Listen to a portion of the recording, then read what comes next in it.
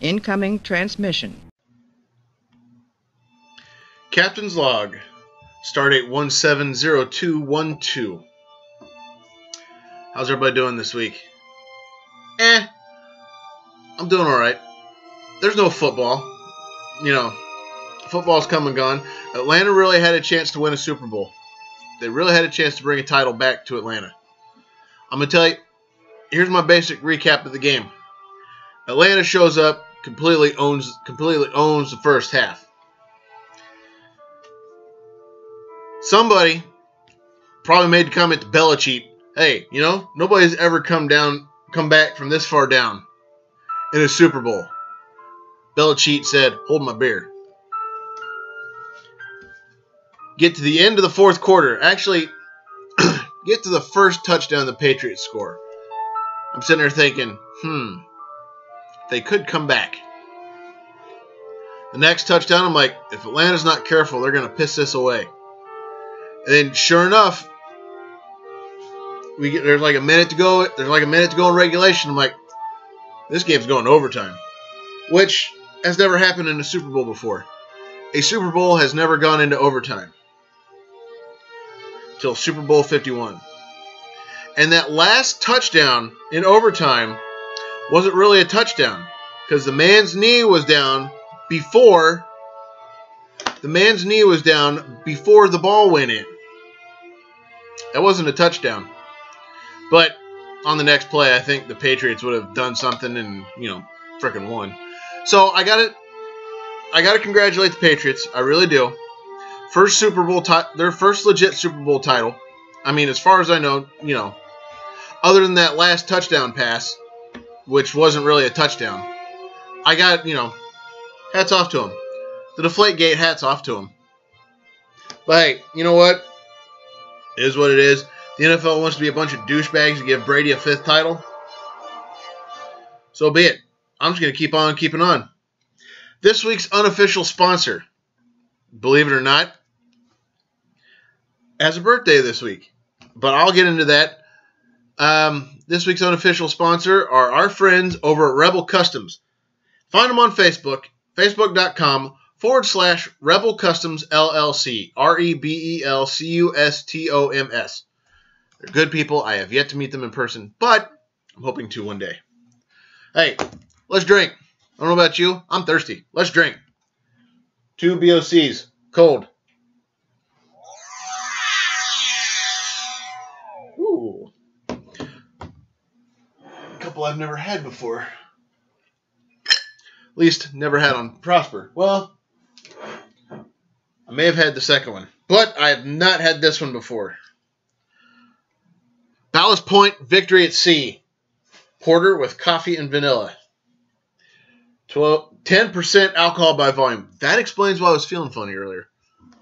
I didn't think this one was nearly that strong, but hey, I was pleasantly surprised. The computer was nice enough to give me the Star Trek Deep Space Nine beer consumption device. Let's have the Enterprise opening device. Proper technique. Ooh, look at that. Look at that. Looky right there. The house commander tried this thing earlier. She's like, I don't like coffee. It tastes like straight up rubbing alcohol. Now we know why. Kapla! It's as good as it was last time.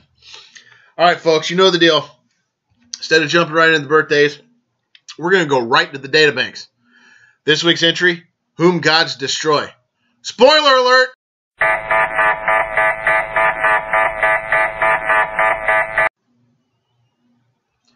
And away we go. Kirk and Spock beam down to the Elba 2 Asylum with a revolutionary new medicine to treat inmates' mental disorders. They are met in the Asylum Control Center by Dr. Corey, the governor of the penal colony. Wouldn't he be more like the warden? If you were to assign titles, wouldn't he be the warden? I don't know. They wrote it. Let them go. Excuse me. He explains that in order to maintain security, they are under a transport shield. And so he laughingly won't take no for an answer on his invitation to Kirk and Spock to dinner. He also explains that the colony has just increased the number of 14 inmates by 1, and that new inmate is Garth of Izar. Kirk mentions that Garth was a legendary fleet captain before going insane, and that his exploits were required reading for cadets at the academy.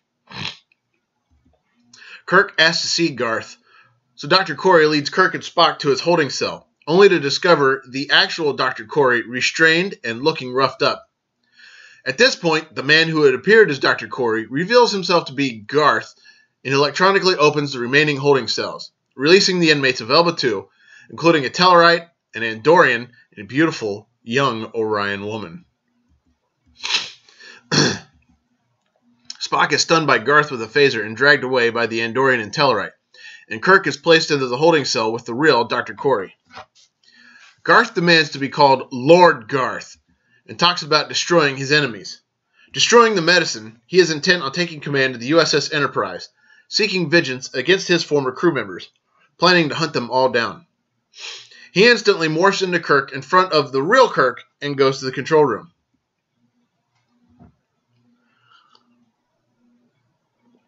That's good.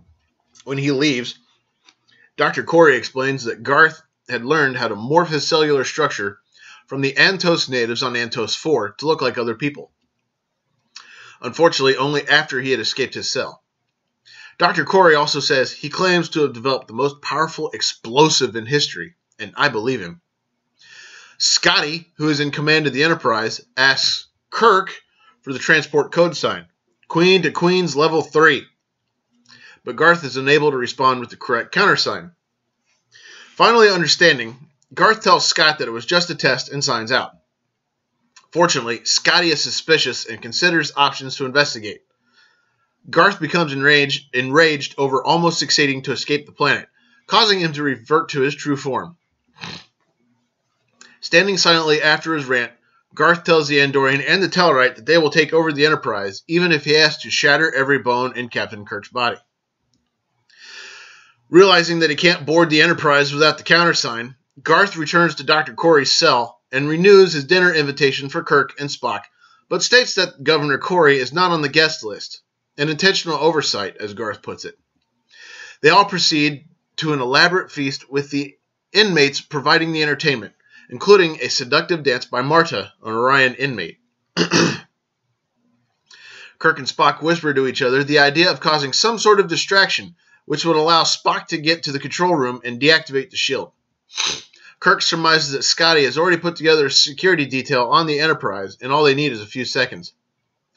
Garth silences them and asks that they instead pay attention to Marta's recitation of her poetry, which is actually by Shakespeare in Housman, Housman, looks like Housman. After the feast, Kirk and Spock talk with Garth about his record, including the Battle of Axanar, as well as his attempt to destroy the inhabitants of Antos 4. He clearly had gone insane over some rejection, and his crew mutinied to prevent his actions. Spock tries to reason with him, only to be carried away. It's funny. Axanar. I'll get into that later, too. Garth then brings in a rehabilitation chair, which he has modified to cause pain. He places Governor Corey in the chair and tortures him for a short while, demanding that Kirk provide him with the countersign. Kirk still refuses to give in, then Garth places him in the chair for some torture as well.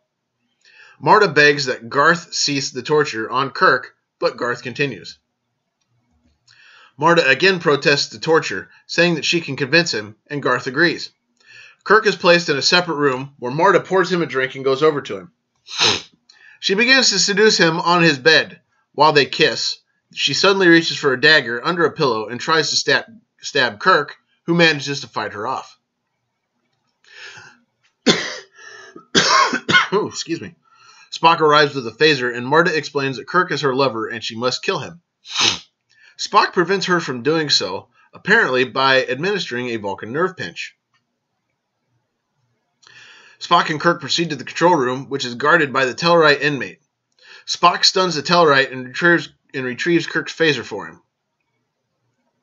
Once inside the control room, they contact the Enterprise and lower the planetary force field. Spock attempts to get Kirk to give the countersign to Scott, Kirk suspects a trick and demands that Spock give the countersign himself. He steps back and draws his phaser instead. At this point, Spock morphs back into Garth and energizes the force field again. Kirk's phaser, not surprisingly, is dead. It's dead, Jim. Kirk now tries to appeal to Garth's better impulses, asking him to remember the man he was before the accident. Kirk wants Garth to be the sort of man he was before he went mad, the sort of man that Kirk and so many others admired. Garth is nearly persuaded until he wavers and shouts, "I am Lord Garth! You doubt me only because I have not yet had my coronation." Unsuccessful, Kirk rushes for the shield controls. Garth, however, stuns him before he can reach them. When Kirk awakens, Garth is trying yet another tactic. He has arranged an elaborate coronation ceremony for himself, also naming Marta as his consort, giving her a necklace, and names Kirk as his heir apparent, perhaps as an appeal to Kirk's vanity. When the ceremony is over, however, Kirk is not returned to his cell, but brought to the Asylum Control Center. There is a show of power. Garth displays the explosive Dr. Corey had alluded to earlier that has enough power to destroy an entire planet, and explains that he has put a very small portion of it in Marta's necklace. Though the window is in the control room, Kirk is forced to watch Marta choke in the poisonous atmosphere of the planet, brought out into the open by inmates in environmental suits. With no real motivation or remorse behind his actions, Garth is clearly and completely insane. Garth kills Marta by triggering a massive explosion. The explosion registers above the planet. Scotty and McCoy on the Enterprise change their orbit to focus their phaser banks on weak areas of the force field, to no avail. Meanwhile, Garth has decided he may get further in his quest for the code with Spock, since he is a very logical man.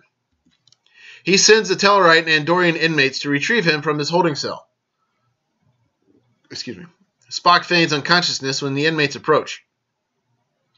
They deactivate the cell force field and carry him out, each with one arm around their neck.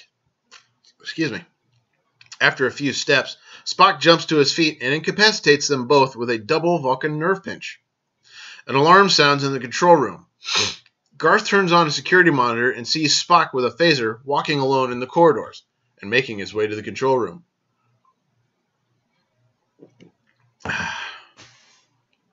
Spock enters the control room and finds two Kirks. Obviously, one of them is Garth in disguise. Spock asks for the countersign to Queen's Level 3, but one of the Kirks refuses to answer, claiming that's exactly what Garth wants to know, while the other Kirk rebuffs the claim, saying it's what he was going to say. Spock arranges for a security team from the Enterprise to be beamed down, but one of the Kirks objects, saying they beam into a trap, while the other one agrees. Spock asks the two Kirks what maneuver the Enterprise recently used to defeat a Romulan vessel near Tau Ceti. One of the Kirks answers with the Cochrane deceleration maneuver, but the other Kirk states that every starship captain would know such a classic battle strategy, to which Spock agrees. Spock decides that whoever is Garth must be expending a great deal of energy to assume the appearance of Captain Kirk, which cannot be maintained indefinitely. He intends to wait Garth out and begins to pull up a chair. However, Garth, still disguised as Kirk, attacks Spock. The two Kirks begin to struggle, with one of them gaining the upper hand on the other. This Kirk prepares to clobber the other Kirk with the chair and demands that Spock realize that he is the captain and shoot the other. The other Kirk agrees that Spock must indeed shoot, but he must shoot both of them, as it is the only way to ultimately guarantee the safety of the Enterprise. This is all the evidence Spock needs. He shoots the Kirk holding the chair, who crumples to the ground and resumes his form as Garth. Deactivating the force field, Spock signals the Enterprise and gives the proper countersign, Queen to Kings Level 1. Dr. McCoy has beamed down to the asylum with Lieutenant Brent to administer newly synthesized doses of the medicine to the inmates. Dr. Corey places Garth in the rehabilitation chair, the non-painful version, and returns him to a sedated state.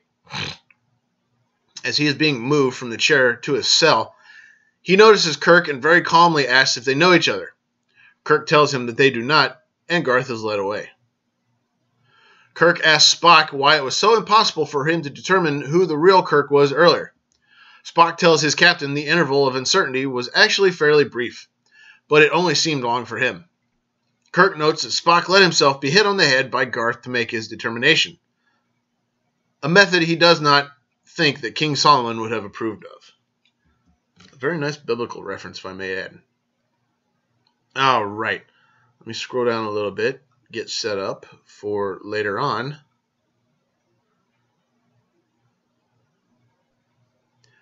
Oh, a little too much. Just a little bit more. There we go. All right, perfect. Now, gone into the data banks. Got to move to the birthdays. But first, as this is episode 93 of Prosper, I have something special coming up in the next few weeks, leading up to episode 100. You'll just have to wait and see what it is. That being said, now let us move on to the birthdays. First birthday. I actually met this gentleman when I did a podcast with the Synthaholics. Good group of people. Excuse me. The first birthday, my friend Aaron O'Brien. Mr. O'Brien, how are you? Lovely to see you. I see you have aged well.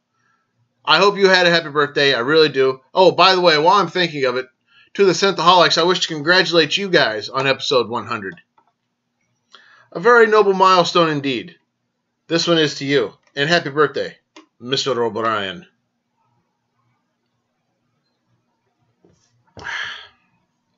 Next on the list, this lovely lady is, well, she's... Oh, how do I explain this? We're related, but we're not. We're related through my father and her mother-in-law, but we're not really related. Anyway, I'm talking about Casey Palenko. Girl, how you doing? What's going on? I hope this finds you well. Hope things are going good for you. Hope you celebrated your birthday well. Partied it up. Not too hard, though. But hey, this is for you. Next on the list, I actually met this guy. Oh, dear God. It was over 16 years ago.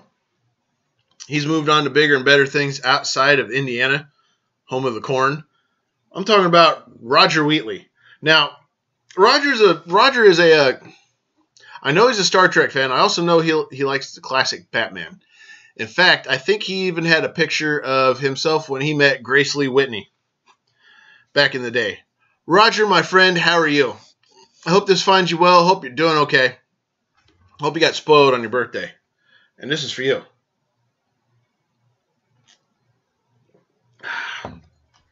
Next up on the list, a very good friend of mine. We went to high school together. Like another one coming up. But let me talk about her first. Let me talk about this one first. She's a published author. I think you've got 2 books published. I'm not gonna lie. I'm not gonna lie. I threw this together last minute, but I know you've got 2 books out, maybe a third one. Lindsey Stuffle. Now, Lindsey and I actually used to be next door neighbors at one point. But hey, Lindsey, I hope this finds you well. I hope you're doing okay. Do you have that third book out yet? Let me know, because I will buy a copy, and one day I hope to get my books autographed in person by you. This is for you. Excuse me.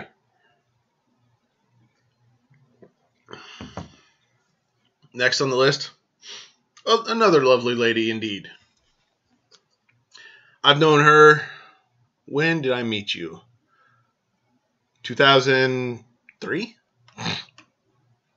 Excuse me. 3, 4, 3, 2, 3. Somewhere in that neighborhood. The lovely Jennifer Taylor. How you doing, sunshine? I hope this finds you well. I hope you were able to party a little bit. Party it up on your birthday. On your special day. I hope Chris spoiled you. If not, next time I'm in the neck of the woods, I'm going to attempt to kick his butt. Jennifer, my dear, this is for you. Next up on the list. Actually, these next 2 on the list I met when I was living in jolly old England. These 2 are good guys. Going to break them down individually. First one, Eugene Cotman. He's a pretty all right dude. Good guy. Love him to death. He's the one that actually helped me get into Smallville a little bit. I bought three seasons off you. Bought 3 off of you. I copied most of them, but I bought 3 off of you. And hey, here's one for you. Here's one for you that I know you're going to appreciate. It's peanut butter jelly time, peanut butter jelly time, peanut butter jelly time. Way yeah, way yeah, way yeah, way yeah. Now there you go, there you go, there you go, there you go. Peanut butter jelly, peanut butter jelly, peanut butter jelly, peanut butter jelly. Do the peanut butter jelly, peanut butter jelly, peanut butter jelly with a baseball bat. Peanut butter jelly, peanut butter jelly, peanut butter jelly with a baseball bat. Yeah, I had to do that. I had to. Good times back in the day. This one's for you, my friend. You know, the other guy I worked with when I was living in jolly old England, I saw you were in the hospital not too long. Eric Grotsky. What's going on with that? I hope you're doing okay. I hope it wasn't anything too serious. You're actually kind of quiet on Facebook, so I haven't really been able to follow you like I should. I actually need to hit you up sometime. But Eric Grotz, my friend, whom I went to Bible camp with before. We learned about good scripture, enjoyed some drinks. My friend, I hope you're doing well. I really do. I need to hit you up. I need to stay in better contact with y'all. This one's for you. It's dead, Jim. Time for a reinforcement. I may have had this one before. Excuse me. Trying to find the alcohol by volume. I don't get why some of these have it printed. Ah, there it is. This is Leinenhugel's Harvest Patch Shandy. It is a whopping 4.2% alcohol by volume. This one may be a twist. Yeah, it's a twist. Proper opening device.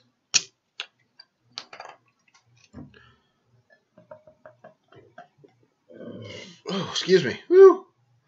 Lord, I apologize. Be with the starving pygmies in New Guinea. Amen. I'm getting tired. Been a long weekend. I really didn't do all that whole lot. Oh, well. Kapla! Okay. Next. Ooh, that's good. That's good. That tastes like that's pumpkin. That's a pumpkin spice beer right there. Robyn might actually like that one. All right. Next up on the list, I met this gal when I was living in Germany. I swear to God, she is a government agent. She's also a hardcore Broncos fan. Which, hey, you know what? The Broncos are my 3rd favorite team in the NFL. I say that because Peyton Manning, as you all know, used to play for Denver. He got them their 3rd Super Bowl. Retired out on top, which I think Shady Brady ought to do.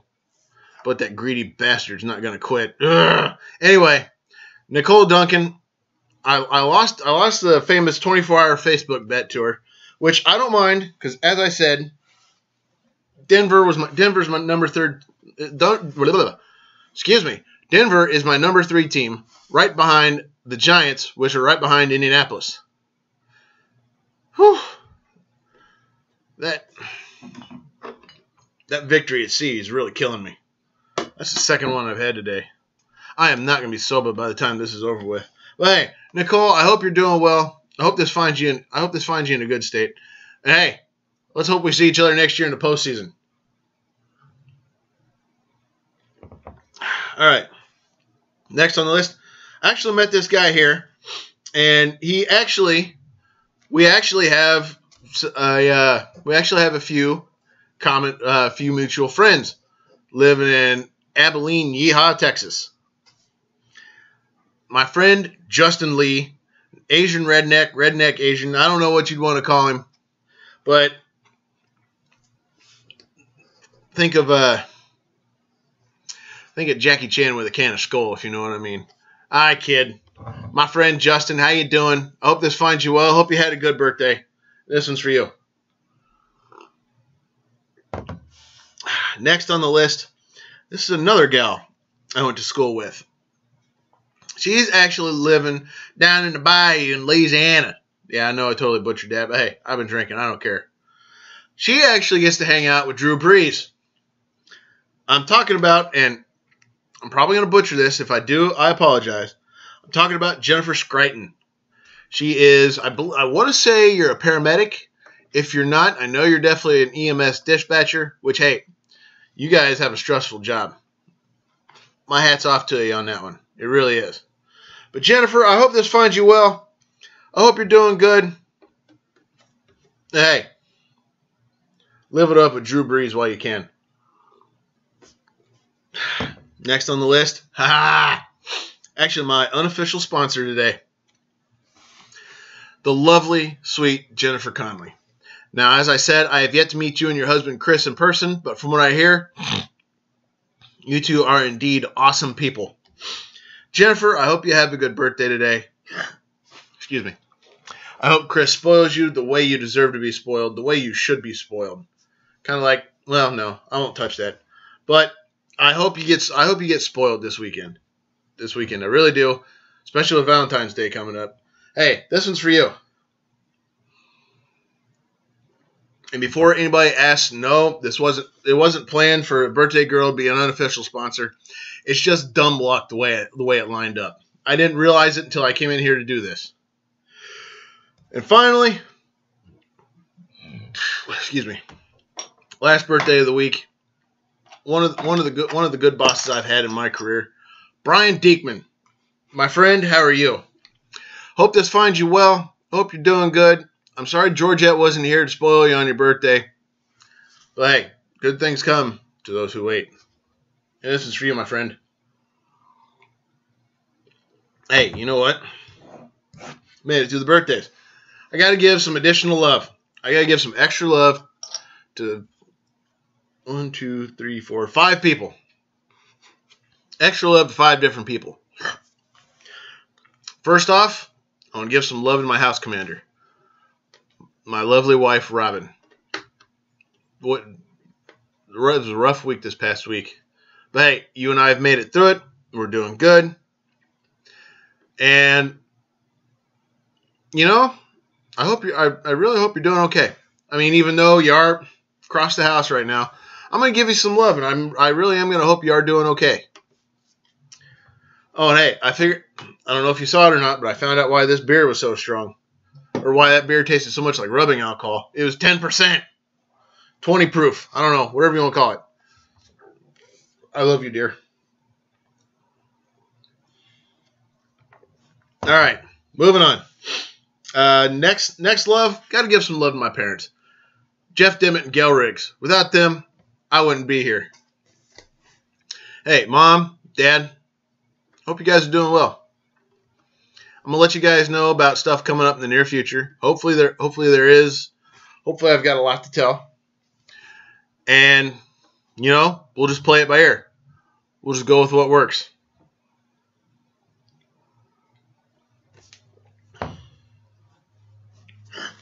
Next up, I have to give some love to this awesome woman.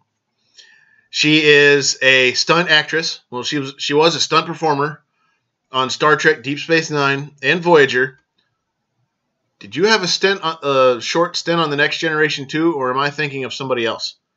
But I know you were on Deep Space Nine and Voyager. You told stories before. You know, I'm actually looking forward to hearing some more stories from you. My friend, Leslie Hoffman. Now, the reason I'm giving her some love is because earlier in this week, one of my dogs was eating what turned out to be a Japanese walnut. I didn't think it was anything at the time, but Leslie, good old Leslie, hooked me up with some information, which I got the next morning here, and that basically I found out that if a dog eats a moldy Japanese walnut, it can trigger seizures, which might explain why my Jack Russell Lucky is having seizures. But it was my Cavalier King Windsor that was eating the nut, if that makes any sense. I don't know. But Leslie, my friend, I thank you so much for your information. Excuse me. Thank you so much. That right there, as has been said, is good people. Leslie's good people. You don't know me from Adam, yet you took the time to pass along some information about something that is very near and dear to my heart. You know what? The sincerity. The sincerity is here. I want you to see it in my eyes. I give you the prosperous salute, my dear. And this is for you. And finally, last but not least, you can just about guarantee that this man is happy. It probably still hit him. It probably just hit him about the Super Bowl, the way this slow jerk is. Josh Baker, my friend and brother over at Beer and Song of the Day, my inspiration for this little YouTube blog. Josh, my friend, I am going to go ahead and say this, but excuse me. But when the Patriots tied the game and sent it overtime, the first thing I said as soon as the game went into overtime, I was like, okay, the more deserving team is going to win. The more deserving team is going to win. And as soon as the coin toss hit, I knew the Patriots were going to win. I just knew it. I mean, I would like to have seen Atlanta win the toss and win the Super Bowl, obviously. But hey, like I said, at that point, the more deserving team won. But I still maintain that the better team lost. Josh, my friend, when are you going to send me my stuff back? I've been on you now, actually, for about 2 weeks. You've got some stuff you got to send my way, man. Come on. And the thing is, you work at the post office, too. So what's going on? Come on, brother. You really starting to make me doubt some things. Nah, I love you, though. I got to bust your raisins a little bit. But hey, always remember, the way you feel about the Yankees, I feel about the Patriots. But that doesn't mean I feel that way about you.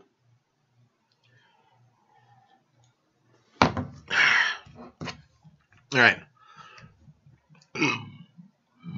Excuse me. We made it through all the greetings. All right. Greetings are done. Databanks are done. And believe it or not, nothing happened this week in Trek history. That I know of. At least according to Memory Alpha. So, with that being said, let's go behind the scenes of Whom Gods Destroy. The title is based on an anonymous Greek proverb often wrongly attributed to Euripides and quoted by Henry Wadsworth Longfellow in The Mask of Pandora. Whom the gods would destroy, they first make mad. The story outline was produced 26 July 1968. The first draft script, Garth of Titan, threw the asylum guards into the poisonous atmosphere. The conditions inside the asylum were also more graphic, with inmates displaying symptoms of various mental illnesses. The plot of inmates taking over the asylum and impersonating the warden closely resembles Dagger of the Mind, right down to the agony chair prop, which is used from that episode. In his memoir, I Am Not Spock, Leonard Nimoy shares a memo that he wrote to the producers to complain about the similarities. Nimoy was a class act, but at the same time, I don't think he should have so much complained as he did point out. But hey, not going to touch that. This is all done way before my time. According to an interview published in Star Trek Lives by Sandra Marshak and Joan Winston, Nimoy also complained at some length about discrepancies in the script. Excuse me. Including but not limited to inconsistencies in his own character. He blamed the director for making changes in the script to focus on action rather than on intelligent problem solving, and felt the changes were different. And felt the changes were a form of lying to the audience. He also complained about Spock not being able to tell the difference between the real Kirk from the imposter. Nimoy sent the memo to both Fred Freeberger and Paramount Television in charge of production, Douglas S. Kramer. Kirk tells Spock that he doubts King Solomon would have approved of the Vulcan's manner of determining who was Kirk and who was Garth. The two of them and Dr. McCoy would meet Solomon, an immortal human who was born a Carrion and was then living as Flint, not long afterward in Requiem for Methuselah. Similarly, Garth had earlier referred to Alexander the Great, another of Flint's assumed identities. Kirk refers to Spock as his brother, and Spock agrees with this figurative interpretation of their relationship. Kirk would refer to Spock as his brother again in Star Trek V, The Death of a Franchise. The Final Frontier. Spock's sentence, Captain Kirk, I presume, is an allusion to the famous question asked by explorer Henry Morton Stanley, 1841 to 1904, to David Livingstone, 1813 to 1873, on the shores of Lake Tanganyika on November 10th, 1871. Dr. Livingstone, I presume. The question was later alluded to in the title of the Deep Space Nine episode, Dr. Bashir, I presume. Bless you. Despite the apparent success of the drug in this episode being able to cure the mental illness of Garth and the other inmates, it seems never to have been employed again. In future episodes of the original series, the Enterprise crew encounters characters who are pronounced insane, such as Dr. Severn from The Way to Eden and Janice Lester from Turnabout Intruder. But no mention is made of using the drug introduced in this episode to cure them. It could be, however, that this drug was only successful in the treatment of criminal homicidal insanity and not all mental illnesses generally. There is no need for Spock to watch Garth and Kirk fight in order to determine who the real Captain Kirk is, as he can stun both men non-fatally and reveal the imposter. This is obvious later as Garth sits unharmed in the chair receiving the insanity cure. In his interview in Star Trek Lives, Leonard Nimoy said the original script called for Spock to ask a series of questions and determine from the men's answers which is the real captain. When Kirk makes a remark about the safety of the Enterprise being more important than his own life, he establishes his own identity. This is the version of the story used by James Blish. According to the Star Trek Lives interview with Nimoy, this is what the director threw out in favor of more action. Although the Elba II Asylum is mentioned in this episode as being the last of its kind, mental asylums are mentioned as being maintained in future incarnations of Star Trek, such as the Federation Funny Farm from Star Trek III, The Search for Spock, and the Star Trek The Next Generation episode Frame of Mind, though the former may simply be an unofficial name for the Elba II Asylum. Unless Captain Kirk claimed that Elba II was the only treatment facility for the few remaining incorrigible, criminally insane of the galaxy, is meant to differentiate criminally or homicidally insane individuals and those suffering from mental illness or insanity of a type without criminal or homicidal tendencies. In such a case, there may be many other institutions throughout the Federation to treat mental illness without there being another beyond Elba II for the treatment of the criminally insane. I must point out, however, that I don't believe the asylum and Frame of Mind was a Federation-run facility. Could be wrong about that, but I don't think that one was run by the Federation. I'll have to do some more research. Elba II derives its name from the Earth island of Elba, where Napoleon I was exiled to following his forced abdication, whatever the hell that means. The notion was reinforced by the further dictatorial similarities between Garth and Napoleon, as well as the scriptwriters, including the French emperor among the names of those failed leaders from Garth references. After already having claimed to have written a poem that is really by Shakespeare, Marta later recites another poem she claims to have written. It is not original either. They are from Last Poems 19 by A.E. Housman.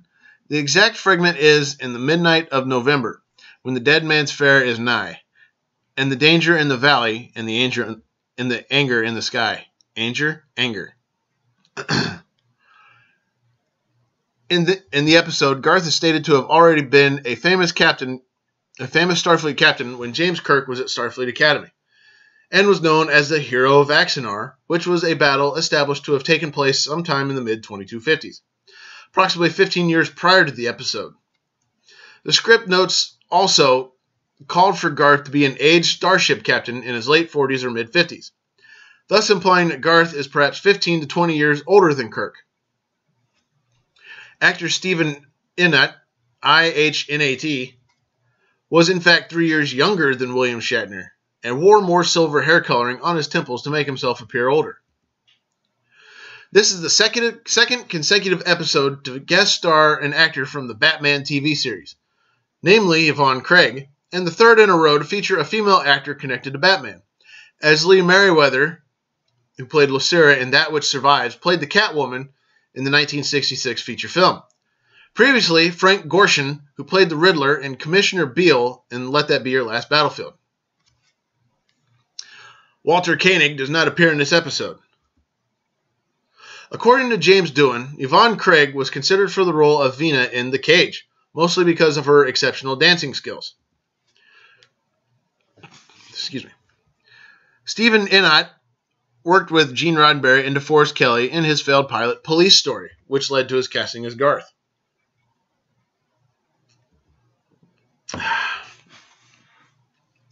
Garth's uniform appears to be the same one worn by Commissioner Ferris in the Galileo 7. It also appeared in the second season episodes Wolf in the Fold and Journey to Babel, worn by background extras. However, Garth wears the outfit with one silver boot and one gold boot. Garth's furred robe is the same one worn by worn by Anton Caridian in The Conscience of the King. The dress Marta wears in the teaser was originally worn by an unnamed Tantalus Colony inmate, played by Janine Malone in Dagger of the Mind.